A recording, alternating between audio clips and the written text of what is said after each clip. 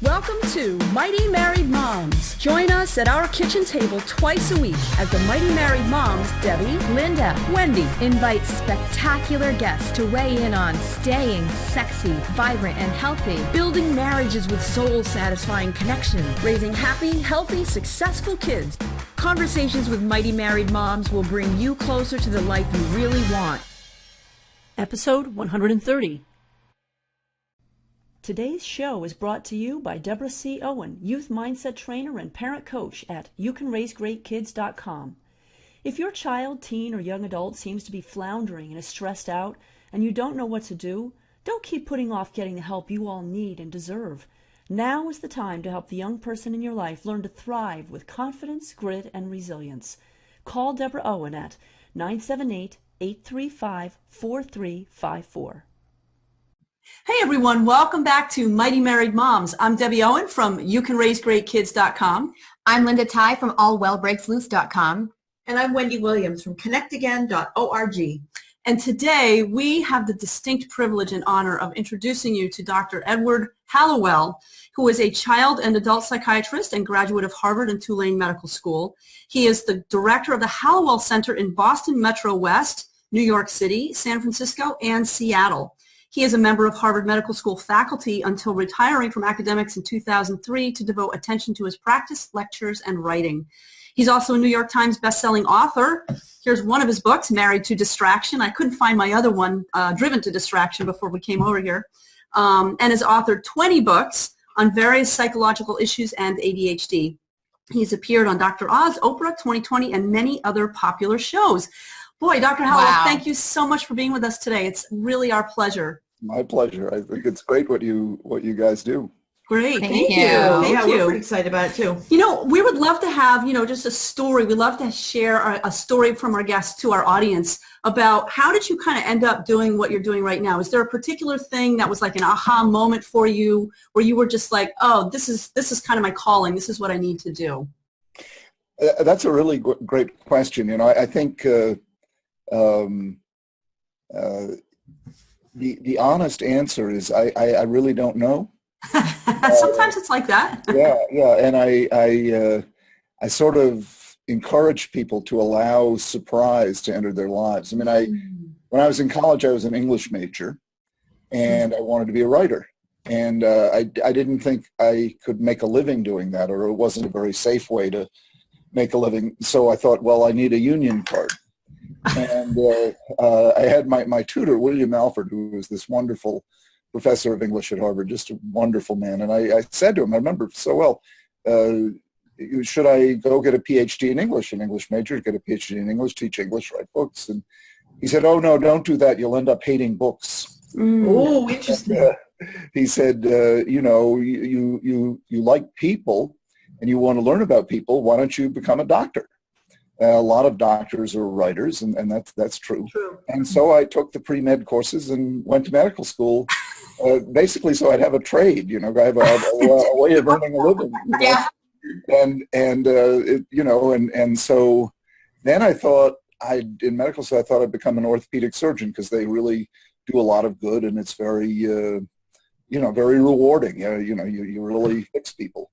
And can I just interrupt 1 second? Yeah. You're tall enough and handsome enough to be an orthopedic surgeon. They're all like that, tall and handsome. So just saying.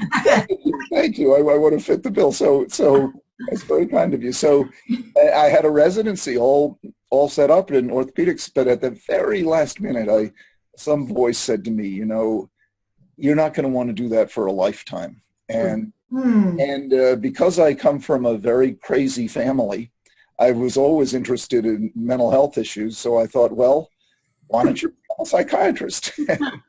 And so at the last minute, I changed my mind. And then in psychiatry, at Mass Mental Health Center place, in fact, I'm in the process of writing a memoir, so this is all very fresh in my mind. I just really fell in love with human diversity. I mean, it is true, in particularly in state hospitals, we don't do a lot of curing, but we do a lot of connecting, and I really just was drawn. My calling is to connect. That's what I'm all about. and you know, and it was that was the cornerstone of the place. You know, we didn't have back then. We have more cures now, but we really didn't have many cures, but we did learn how to connect, and particularly with people who were in very strange and cut off places, and finding different ways of making that human connection. That's my calling. And then the third year in residency, you have to do something, and I didn't know what I wanted to do. And so I said, well, why don't I do child psychiatry? That'll be interesting.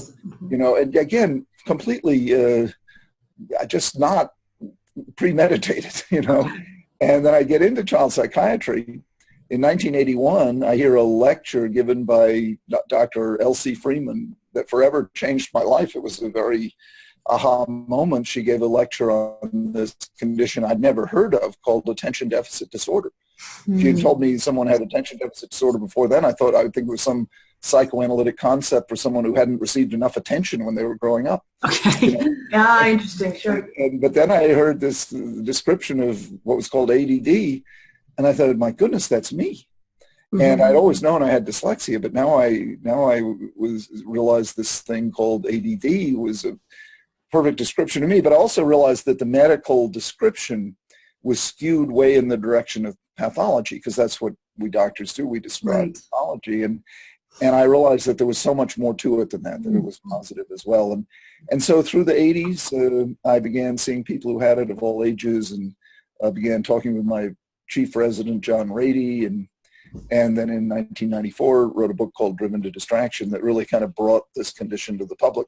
Yep. And I'd always loved to write, so I kept writing books as well. And then I did the smartest thing I've ever done, again by mistake.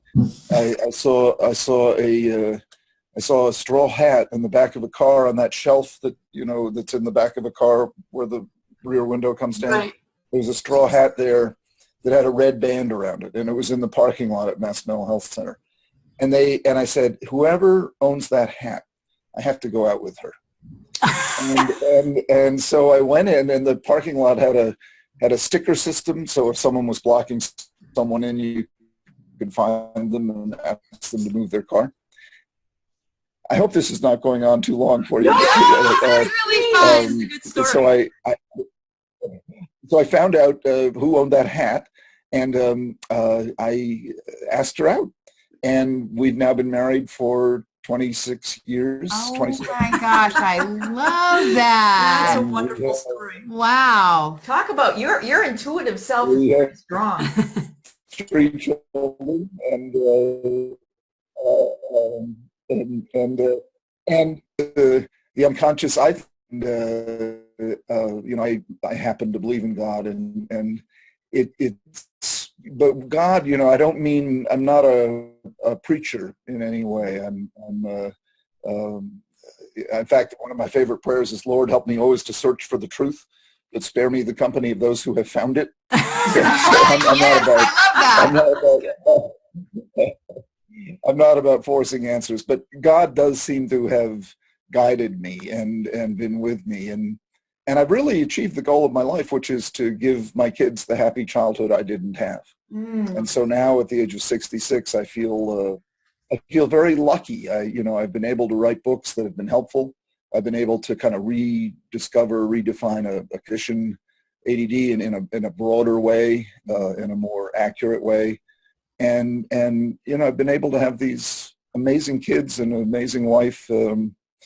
It's a sad moment right now because her dad just died a couple of days ago, and he was a wonderful man. But again, it's all about connection. You know, the heart of life is connection. Yes. And at its most intense, we call it love. But then it's, as it thins out, it's connection, affiliation, friendship. My dog Ziggy, I'm madly in love with that little Jack Russell. But I'm in love with the Patriots and the Red Sox too. So right. I guess how do you define love? That's right. Just anything where you brighten up when you think about it. That's terrific. I really appreciate how you're pointing out how so many aspects of our lives are just about the connections that we make. Absolutely. And one of my sayings that I've been saying for years is life is all about relationships. I mean, Yes. everything else is kind of gravy. If your relationships aren't in good Yes. shape, you're really struggling, and you feel like there's something missing. Adrift. Yeah. And that's what we're about here with the Mighty Married Moms, is really helping people develop those relationships with their kids, their spouses, And themselves, because it's so important.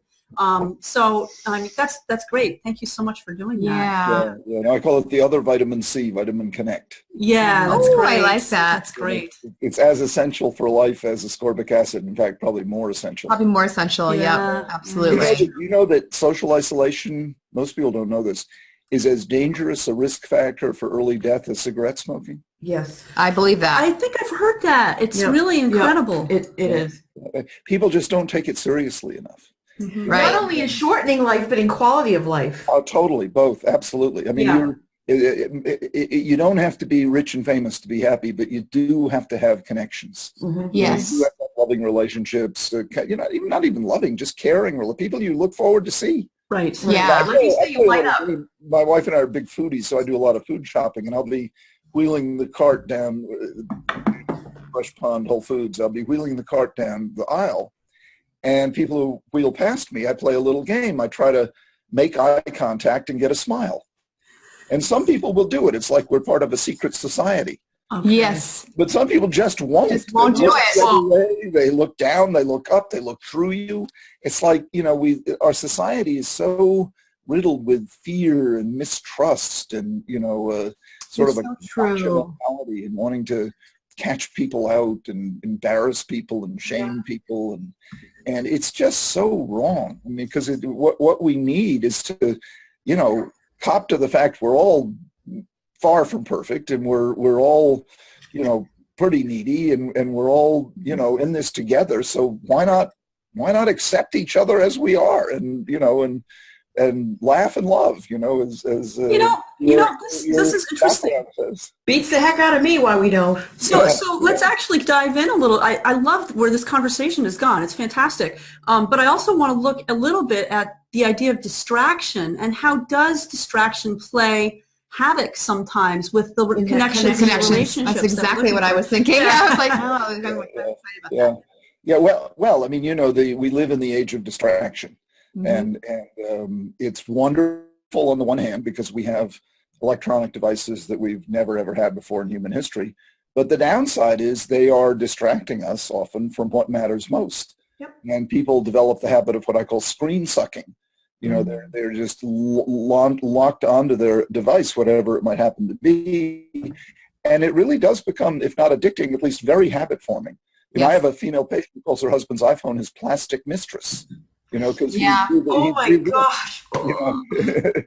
with it far more than he's with her, and not because he doesn't care about her, but because it's become a habit. He's just drawn to that, and he's got to get his little fix. And those dopamine, exactly the same dopamine hit that you get from the roulette wheel or cocaine you get from your iPhone, and so it's become a thing where. We used to be a joke, the crackberry. Well, now it's anything but a joke. It's a real major social problem. The good news is we can solve it. It's called turn it off. Right. But I think, don't you think that part of the problem is that we do business on our phones now? They have become our computer. Like it's not just a phone anymore. It's not. It's everything's done on that little. Yeah, and the abstinence model just doesn't work. Because. They're necessary for life, business, personal, whatever. So it's more like the food model. You have to learn to eat in moderation. In moderation, and you can't live without food, but if you overeat, it's not good for you. Same thing with these electronic devices. Yes. You can't live without them, but if we overuse them, then we are distracted from what matters most. And what matters most is, in our professional life, grappling with a problem. And oftentimes when people are grappling with a difficult problem, the minute they get frustrated, they go to their email. Right. Say, I'm still working. But exactly. Or they go get a plate of French fries and mayonnaise. I don't know what to do that, but some people might. Yeah, and then in personal lives, intimacy requires sustained attention. Yes. You really can't have a deep, intimate relationship with sound bites. And so a lot of people are sort of skimming the surface of life. They're not getting into the full joy of intimacy, which must involve conflict, and must involve hanging in there and working it out. And if you've got this escape hatch off to your iPhone, you're not going to get to that place of closeness.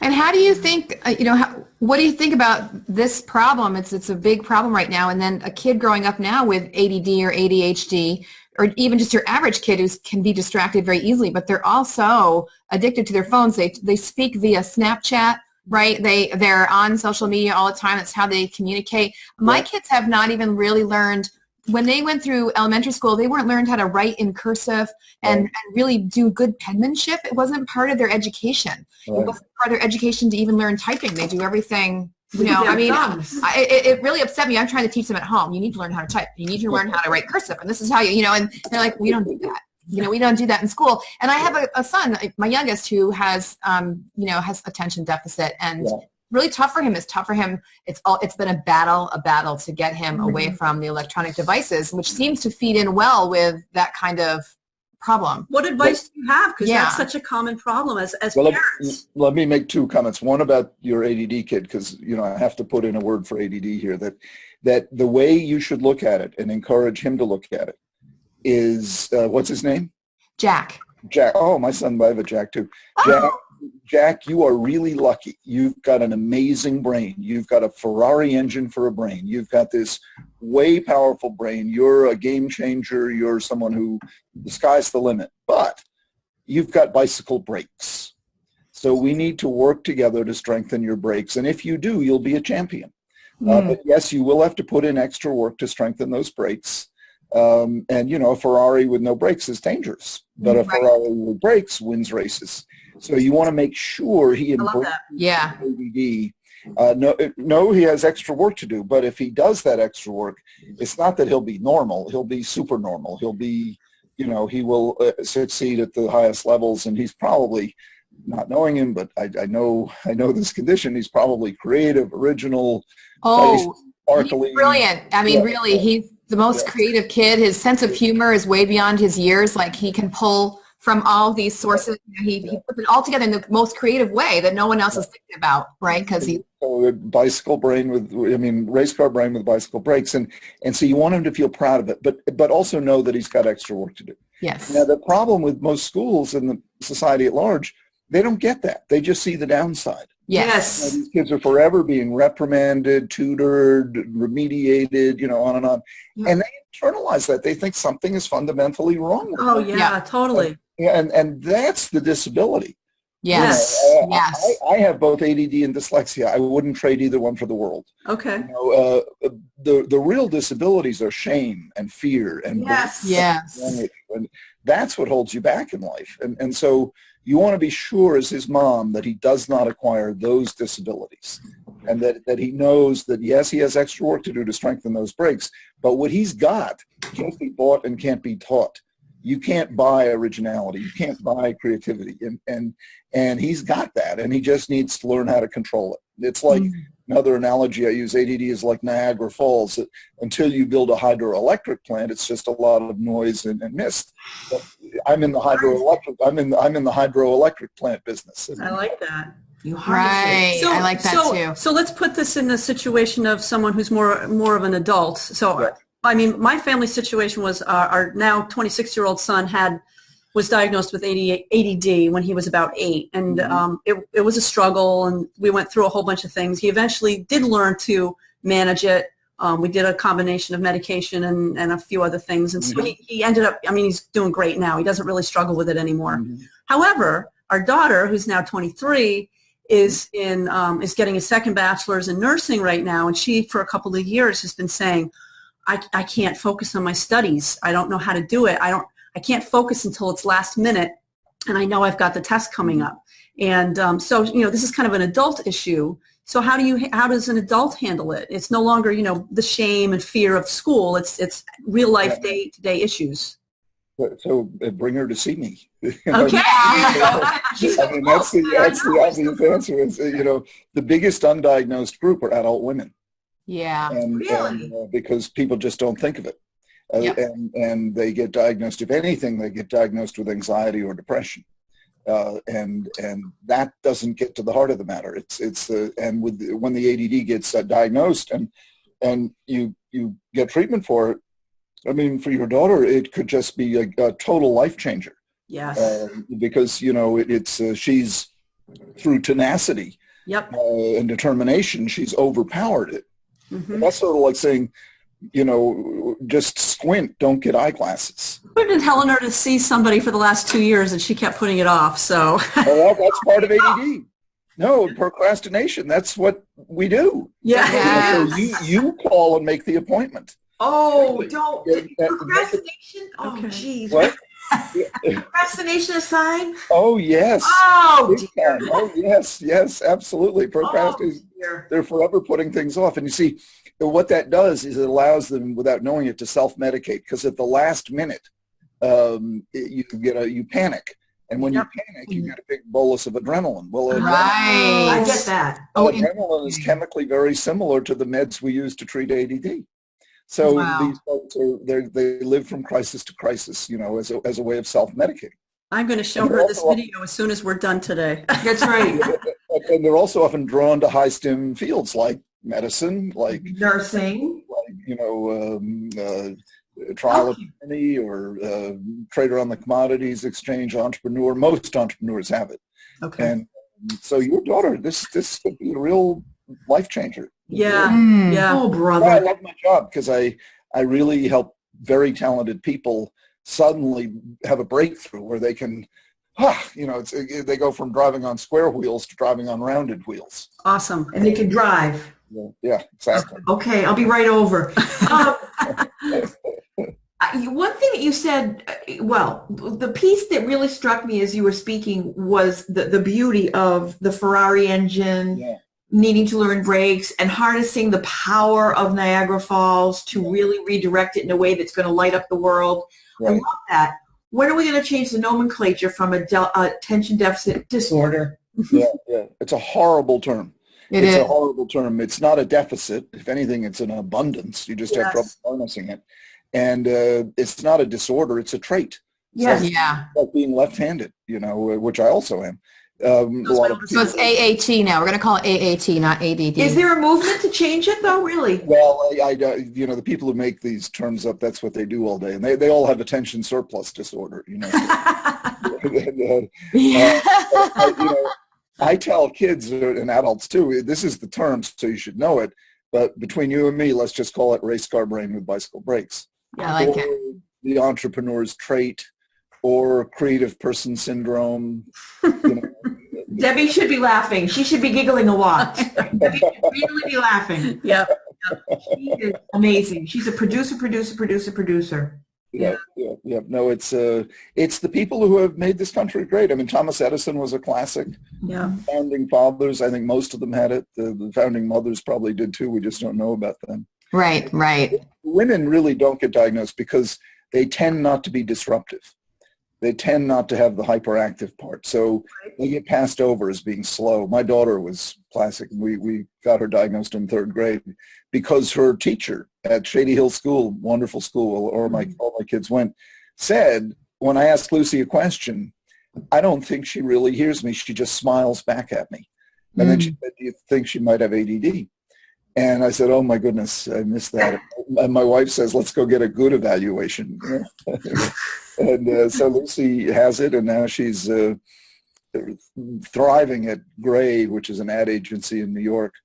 One of their clients is the NFL, and that's the account Lucy works on. She made the Super Bowl babies ad in the Super Bowl, and I have a photograph of her from the Super Bowl party at the Super Bowl with Tom Brady standing with his arm around her. And, that's great. That's great. That's great. We should apologize to all of our viewers and listeners who are not New Englanders. It's okay. That's okay. Yeah. We're getting a little bit lost in the New England show. And then my 2 boys have it. Jack is a senior at Elon and down in North Carolina, wants to be an entrepreneur. And Tucker is a sophomore at Trinity in Hartford, and he's interested in political science and playing soccer. That's great. That's great. So it's a condition, if you manage it right, that can absolutely take you to the heights. If you don't, it can be disastrous. So I mean, that's what's so interesting about it. So let's say you're in a relationship or in a household, and you don't feel like, yeah, maybe I'm a little distracted, but it's kind of a normal distraction. I don't really feel like I have ADD, but my husband does, or my wife does, or my child does. I mean, what's the best way for a non-ADD person to really relate and connect with the other people around them who do perhaps have some of it? So the question is, I didn't quite get it. Should they make allowances for it, or should they just know that this is just the way the person is, or is there some other thing that a non-ADD that would enhance that connection with somebody that a non-ADD with an ADD? Because it can be a little frustrating sometimes to feel like the person isn't always listening to you or paying attention. Well, the trick is to recognize it, that we are different, we have different wiring. And to move from what I call the moral diagnosis to the medical diagnosis. Okay. Moral diagnosis, you say, you don't pay attention to me, you don't care. You forgot my birthday, you don't care. Yeah. Promised you'd take out the trash and you didn't, you don't care. You're arrogant, you're into yourself, you're passive aggressive, all these moral terms, the variations on the theme of bad. You are not trying hard enough. Judgmental. It has nothing to do with effort. So instead you say, no, we're wired differently. I wouldn't forget to take out the trash in a million years, and you do. And so we don't use your ADD as an excuse, we use it as an explanation. So we set up a system where you won't forget to take out the trash. We put a big red light on it, or we turn it into a joke or something, and do something to make it sexy enough that you will pay attention to it. We hate boredom, we hate drab, we hate dull, so we just pass right over it. But if you make something glittery and then we get into it. Ooh, shiny. Shiny, Make it ooh shiny. Yeah. I've heard this joke, I hope, right? Oh, I have ADD. ADD, what's that? Attention deficit, ooh, shiny. Yeah. I really like what Deb said, because the connection piece is so terribly important, and you're really singing off my song page, because my husband does have it, and he's tried medications over the years, and none of them have felt right. He feels completely non-himself. So he keeps trying because he wants to accomplish, he wants to finish things, he wants to stay focused and be on task. It's very, very difficult. And so I have learned over the course of 20 years what is purposeful non-attention to Wendy, and that's how his brain works. Right, good for you. That's great. And by the way, with meds, they help about 80% of the time. So in my own case, meds don't work for me. So I use the non-medication treatments, which at the top of the list, marry the right person, find the right job. Yeah. And then exercise, meditation can make a big difference. But before you give up on medication, make sure he's really tried them all, because medication is the simplest intervention. And my standard is, with my patients, I want target symptom improvement with no side effects other than appetite suppression without weight loss. So you almost always get appetite suppression. But if you start losing a lot of weight, then you got to stop it. Yeah. That's one of the main things he's talked about, right? Yeah. That's a struggle that I hear women, moms, and forgive me for being sexist, I'm sorry, but a lot of women in my world talk about, did I medicate my child? Do I not medicate my child? And there's such a stigma. Stigma and strong opinions in both camps. I've seen bad effects of kids being medicated, just kind of being lethargic, and so your vision is that only. Like you don't have any other. Right. Yeah, the stigma is really rooted in ignorance. People will ask me, do you believe in Ritalin? And my answer is, it's not a religious principle. Right. It's not a matter of do I believe in it. It's a medication. And it's so sad that it's become controversial, because nothing could be simpler. If you take it and it helps you and causes no side effects, you take it. Right. If you take it and it doesn't help you, or it causes side effects, you don't take it. I love that. What could be simpler than that, you know? And people say, well, it makes you lethargic. Then don't take it. Right. Do something different. Yeah, exactly. By the way, if it makes you lethargic, that probably means the dose is too high. Yeah. Because at regular doses, that usually does not happen.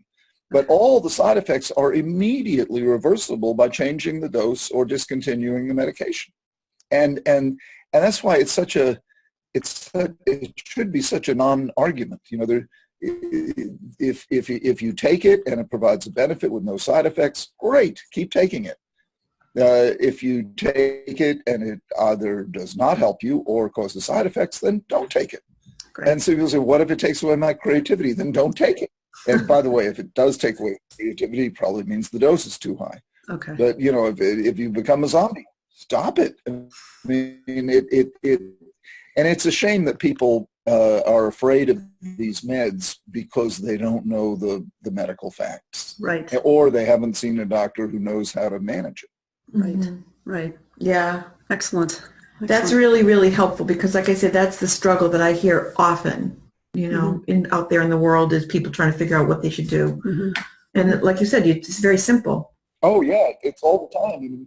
And it's a shame people are agonizing over something they don't need to agonize over. You know, they're agonizing where there should be. There's enough agony in life without introducing unnecessary agony. That's right. That's right.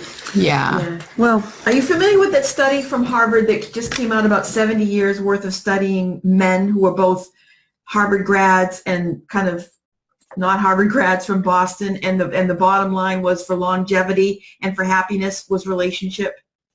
Oh, I know that study very well. It's the Grant study, and the Grant study. Yes. And George Valiant, who's a friend of mine, monitored it for a long time, and now he's handed it off to Bob Waldinger,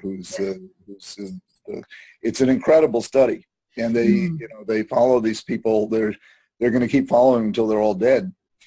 And you know, it really does prove, you know, in a way that a longitudinal study that's so meticulously designed, is so laborious to do this. I could never do it in a million years, but they follow these people every year and interviewed them about everything under the sun, details about everything. And the overriding conclusion is the key to pretty much everything good in life is love. Yep, you know? I love it. And you know, you could say, well, you know, Shakespeare's line, we do not need a ghost, my lord, returned from the grave to tell us this. But we do, because a lot of people just don't get it. They don't realize how important it is to nourish loving relationships. And it's not just sexual love at all. Right. It's love of a dog, love of a piece of music, love of a group, love of a building, you know, love of God. I mean, you know, the many different forms of love, but that's the key to life. And it's a shame to see people missing the boat and saying, I'm a loser because I'm not rich, or I'm a loser because I'm not beautiful, or whatever it is, these externals that people put such a premium on, when the real key is right there for the taking, right there. They can smile at the person in the supermarket. Smile at the person. Right. I mean, it's and if they don't smile back, that's their problem. That's right. You know, you've done your best, and listen to your podcast. I mean, what you guys are doing is just phenomenal. I mean, and the world is starved for it. The world is starved for connection. Yes. And, but that study, the Grant study, it proves beyond any shadow of a doubt that this is the force that matters most. Yes. I love it. It's so true. I don't think we can end on a better note. I don't think so either. That's fantastic. I wish we didn't have to end. I know. It's a great conversation, but we want to respect your time too. Folks, we have been listening to an amazing conversation with Dr. Edward Hallowell. And, you know, Dr. Hallowell, you were telling us before we started talking that you have a brand new podcast. Can you tell people about that? Yes, I've jumped into your pool and I'm having fun with it. It's called Distraction. Mm-hmm. And you can go to iTunes and download it, join it, subscribe to it. Great. Or go to the website, which is distractionpodcast.com. Nice. Good. Excellent. The theme is distraction and what to do about it, but also the major antidote to distraction, which is connection, which we There you go. Do you have any other projects that you want to share with our audience? Any books coming up or recent projects? I've actually just signed 2 new book contracts, so I'll have to write them simultaneously. One, a memoir. Okay. And the working title is Because I Come from a Crazy Family, The Making of One Psychiatrist. Nice. And the other one is a new book about ADD. Oh, good. Good. Wonderful. Who is that one going to be for? What's the idea on that one? Well, it's bringing together there's been a lot of information that's come up in the past 10 years since my last book was published on it. And, but I really want to solidify and really promote the strength-based approach, that having this condition, if you manage it right, is an asset in your life, and an incredible asset. I can't wait to read it. I can't wait to read it. All the stigma that surrounds it, because, that's what's crushing. Yeah. Yes. Yeah. And these adults too, these adults who could, really have their lives changed and then just don't even know about it. Right. So, well, you guys are phenomenal. I love your energy. I love you. your approach, and you can just see you're having fun doing it, and you're doing a lot of good. Thank you. Well, Thank you. This is great. It's been an honor and a pleasure talking with you Yeah. today. Really. Thanks so much for having me. And tell your colleague, Melissa Orlov, that we Yes. said hello. Melissa has been a guest on our show as well. Yeah. She's a wonderful woman. She's You're one of your co-authors. Yeah. And you work with her closely. Yes, I love her. She's Hello. really wonderful. So hang on, everybody. Just we want to say before we go, please give us a rating and review on iTunes, and make sure you tell your family and friends about the Mighty Married Moms, and we'll see you next week. Thanks very much. Thanks a lot, guys. Take care. Thank you for joining us for this episode of Mighty Married Moms. Tune in twice a week on Mondays and Thursdays to meet fascinating and inspiring guests who will help you create the life you've always wanted.